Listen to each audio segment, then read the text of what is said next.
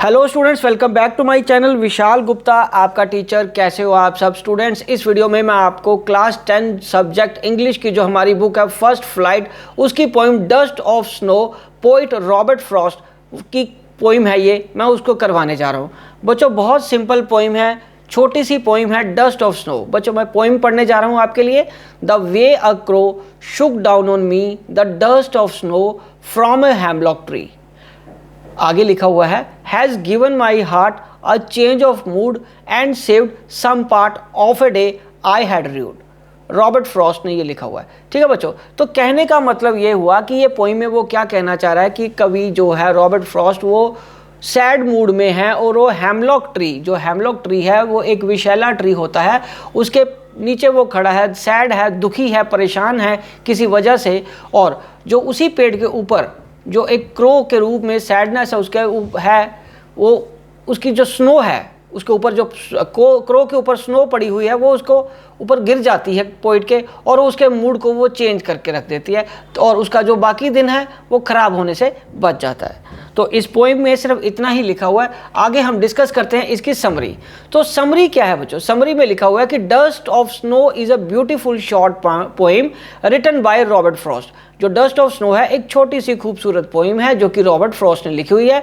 ये poem this poem tells that even a simple movement has a large significance, कि एक छोटी सी घटना भी हमारे लाइफ की हमारे ऊपर बहुत बड़ा प्रभाव डाल सकती है। The poet has mention crow and hemlock tree in this poem. Poet ने मेंशन किया है इसको एक क्रो और हेमलॉक ट्री के साथ। So crow signifies his depressive and sorrowful mood. Crow क्या सिग्निफाई कर रहा है यहाँ पे? क्रो सिग्निफाई कर रहा है कि वो डिप्रेस्ड है, परेशान है और वो दुखी है, पोइट।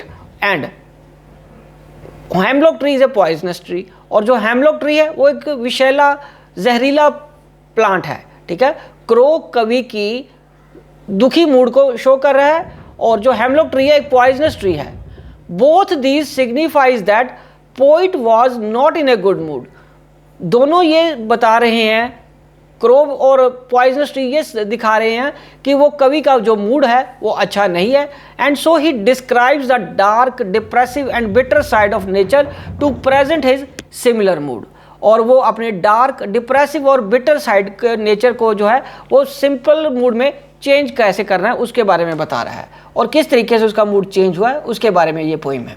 चलिए अब हम आगे बढ़ते हैं। The poet says that once he was in a sad depressive mood and was sitting under a hemlock tree। वो पोइट बता रहा है कि वो एक डिप्रेसिव मूड में है, परेशान मूड में है, दुखी मूड में है, और वो एक हेमलॉक ट्री के नीचे बैठा हुआ है। A crow sitting on the same tree, और जो एक कौवा है वो उसी ट्री के ऊपर बैठा हुआ है। Shook of the dust of snow, जो जैसे स्नो उसके ऊपर पड़ी हुई है और वो अपने आप को जब हिलाता है तो उसकी जो स्नो की डस्ट है वो नीचे गिर जाती है। Small particles of the snow that remains on the surface after the snowfall on the poet, और जो छोटे छोटे जो उसके पार्टिकल्स हैं स्नो होने के बाद जो उसके ऊपर रह जाते हैं ना क्रो के, वो ऊपर गिर गए, किसके? पोइट के ऊपर गिर गए।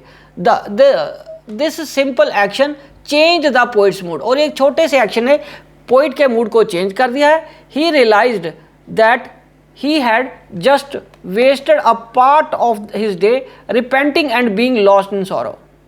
तो अभी यहाँ से जो उसका मूड चेंज हो गया है तो उसमें उसको रियलाइज हुआ है कि उसका जो अभी तक का दिन था वो दुख में और परेशानी में जो बीता है, खराब हुआ है। But the change in his mood made him realise that he should utilise the rest of the day in some useful activity. But अब उसको लग रहा है कि अब उसका मूड चेंज हो गया तो उसको अब कोई यूजफुल काम कर लेना चाहिए, अब उसको दुखी नहीं रहना चाहिए। His sorrow was washed away, और उसकी सॉरो खत्म हो गया, उसका दुख अब खत्म हो गया, बह गया है। And by the light shower of snow dust, और स्नो ऑफ डस्ट की शावर से उसका जो दुख है वो बह गया है। हिज स्पिरिट वाज रिवाइव्ड, उसका अब मन शांत हो गया है, चेंज हो गया है। And he get ready to utilise the rest of the day, अब वो रेडी है अपने बाकी दिन को ठीक तरीके से बिताने के लिए। तो बच्चों यहाँ ये वो कह रहा है कि किसी भी रीज़न से आपका मूड ख़राब हो सकता है, आप परेशान हो सकते हो, लेकिन एक छोटी सी घटना, एक छोटी सी पॉजिटिव मूवमेंट आपके डे को, बाकी रिमेनिंग डे को बचा सकती है, जिससे कि आप अपना कोई और अच्छा बेहतर काम करने की हालत में हो सकते हो। ठीक है बच्चों, ये तो थी इसकी समरी। अब जो एनसीईआरटी की बुक में क्वेश्चंस हैं वो ये क्वेश्चन है पहला, उसका साथ के साथ मैं आपको आंसर भी बताऊंगा। तो बच्चों पहला क्वेश्चन क्या है? क्वेश्चन है what is dust of snow. Dust of snow क्या है? व्हाट वाज द पोएट से हैज चेंज्ड हिज मूड, और किस चीज ने पोएट के मूड को चेंज कर दिया है। How has the poets mood change, कैसे पोएट का मूड चेंज हुआ। अ dust of snow means the fine particulars और फ्लेक्स ऑफ सॉरो।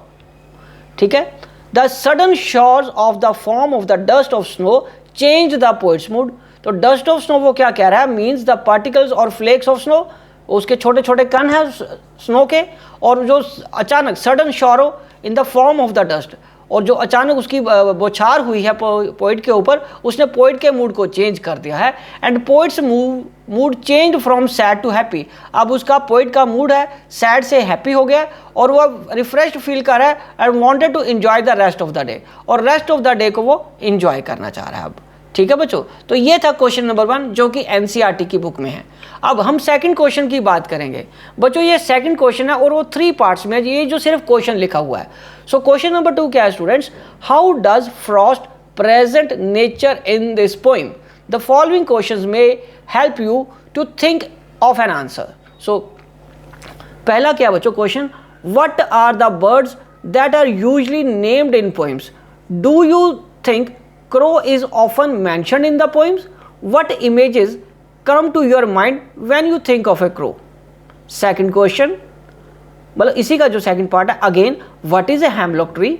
दोबारा वो पूछ रहा है कि हेमलॉक ट्री क्या है। Why doesn't the poet write about more beautiful tree such as a maple और एन ओक और अ पाइन? कि उन्होंने पोइट ने इन ट्रीज का नाम क्यों नहीं लिया, हेमलॉक ट्री का ही नाम क्यों लिया? सो अगर थर्ड पार्ट है उसका बच्चों, थर्ड पार्ट क्या है? What do the crow and hemlock represent joy और sorrow? What does the dust of snow that the crow shakes off a hemlock tree stand for? ठीक है, और जो क्रो और हेमलॉक ट्री रिप्रेजेंट कर रहे हैं जॉय और सॉरो को, वो डस्ट ऑफ स्नो जो उसके क्रो के ऊपर से गिर के नीचे आती है हेमलॉक ट्री पे, उसको क्या दर्शा रहा है? तो अब ये क्वेश्चन नंबर 1 बच्चों, ये जो क्वेश्चन का सेकंड क्वेश्चन का जो फर्स्ट पार्ट है, अब हम उसके डिस्कस करेंगे answer. What are the crow that usually named in the poems? ठीक है, बर्ड्स को क्या वो कह रहा है? सो यहाँ पे फर्स्ट आंसर को रीड करिए। Generally poets take the birds and trees with which are known for their beauty. Generally poets क्या होते हैं कि उन बर्ड्स या ट्रीज की बात करते हैं जो अपनी खूबसूरती और गुड क्वालिटीज के लिए पहचाने जाते हैं, जैसे पीकॉक, पैरट, कुकू, मैना and trees full of beautiful flowers and fruits etcetera. But here Frost has taken totally different approach. पर यहाँ पे तो जो पोइट है फ्रॉस्ट, रॉबर्ट फ्रॉस्ट, उसने अलग ही अप्रोच ली है। ही चूज अ क्रो, उसने एक कौवे को चुना है, which is not often use in poems, जो कि ज़्यादातर पोइम्स में यूज़ नहीं होता। क्रो क्या होता है? एक ब्लैक कलर का होता है और वेरी हार्श वॉइस, उसकी आवाज़ भी इतनी मधुर नहीं होती।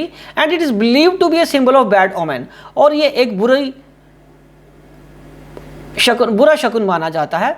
But thinking of a crow brings very depressing and sorrowful pictures of to our mind. और जब हम एक क्रो की बात सोच रहे हैं तो पोइट क्रो के बारे में लिख रहा है, तो इसका मतलब वो डिप्रेस्ड है, दुखी है, परेशान है, और वो पिक्चर उसके माइंड में इसलिए बन रही है। ठीक है बच्चों, तो चलिए अब हम दोबारा सेकंड की पार्ट करें। Again what is hemlock tree? Why does the poet write about more beautiful tree such as maple और एन ऑक और अ पाइन? वो कह रहा है कि उसने beautiful tree such as maple, oak और पाइन के बारे में क्यों नहीं सोचा। हेमलॉक ट्री, जैसा कि मैंने पहले भी बताया कि वो एक विशैला प्लांट है विद स्मॉल वाइट फ्लावर, और उसके छोटे छोटे वाइट फ्लावर्स हैं, फूल हैं छोटे छोटे सफ़ेद कलर के। ठीक है, the poet Robert Frost didn't choose to use an oak, उसने ऑक को नहीं चुना, मैपल को नहीं चुना और पाइन ट्री को नहीं चुना। Instead he choose the hemlock tree, उसने एक हेमलॉक ट्री को चुना and left the beautiful trees present in the world. Actually he did so to present his mood and feelings. ठीक है, अब उसने अपने मूड को और फीलिंग्स को रिप्रेजेंट कर रहा है पॉइजनस ट्री उसका। ठीक है बच्चों, इसलिए उसने उसको चुना। अब हम बात करेंगे उसके थर्ड पार्ट की। What do the crow and hemlock tree represent Joy and sorrow? What does the dust of snow that the crow shakes of a hemlock tree stands for. तो बच्चों थर्ड का जो आंसर है वो ये क्या है, the crow and hemlock tree represents sorrow और डिप्रेशन, उसका दुख और उसकी परेशानी को व्यक्त कर रहा है। The poet in this materialistic world, और इस संसार के जो उसके दुख और तकलीफ़ों के बारे में बता रहा है। The dust of poem is a symbol of natural Joy and energy. जो डस्ट ऑफ स्नो है, ठीक है, जो उसके ऊपर पोइट के ऊपर पड़ती है, वो नेचर ऑफ जॉय और उसको एनर्जी दे रहा है। The dust of snow that the crow shakes off a hemlock tree, और जो हेमलॉक ट्री से उसके ऊपर से गिरते हैं, means passing through the sad and depressing moment, जिस वो बुरे वक्त से वो गुजर रहा है, उस मोमेंट से, जो बुरी मोमेंट से वो गुजर रहा है, द पोइट अब वो एक नए फुल जॉय और ऑप्टिमिज्म, एक नई आशा के में वो अब जा रहा है, ठीक है, जो कि उसके मूड को पूरी तरह चेंज करके रख देगा। अब वो नए काम की तरफ अपने दिन को, बाकी बचे हुए दिन को बचाने के लिए जा रहा है। ठीक है बच्चों, तो ये थे जो क्वेश्चन, वो सीबीएसई के क्वेश्चन थे। आप इसको अच्छे तरीके से देख लीजिए। ये दो क्वेश्चन बहुत इंपॉर्टेंट क्वेश्चन है इस पोइम के। ये छोटी सी और बहुत ब्यूटीफुल पोइम लिखी हुई है। आप भी यदि लाइफ में कभी इस तरीके से अपने मूड को चेंज करना चाहते हो, सारा दिन अगर आपका पूरा दिन टोटली ख़राब हुआ है, तो छोटी सी एक कोई स्माइलिंग करने वाली या ये कोई अच्छी बात हो रही है आपकी लाइफ में, तो वो आपके बाकी बचे हुए दिन को बचा सकती है। ठीक है बच्चों, तो आप इसी तरीके से इसके नोट्स बना लीजिए, समरी भी लिख लीजिए और क्वेश्चन आंसर्स भी कर लीजिए। ठीक है, तो ये चैप्टर नंबर 2, हालांकि पोइम तो ये फर्स्ट है, लेकिन अगर आप इंडेक्स के हिसाब से देखो तो चैप्टर नंबर 2 ही बनेगा ना ये आपकी बुक में। तो okay, so this is the end of the poem. Keep watching my channel, wishing you all good luck. आप इसी तरीके से मेरे चैनल को सब्सक्राइब करके वीडियोस देखते रहिए और अपना कोर्स कंप्लीट करते रहिए। आई प्रॉमिस मैं आपको जल्दी से जल्दी सारा सिलेबस कंप्लीट करा दूंगा, ताकि हम टाइमली रिवीजन भी कर सके। So wishing you good luck again.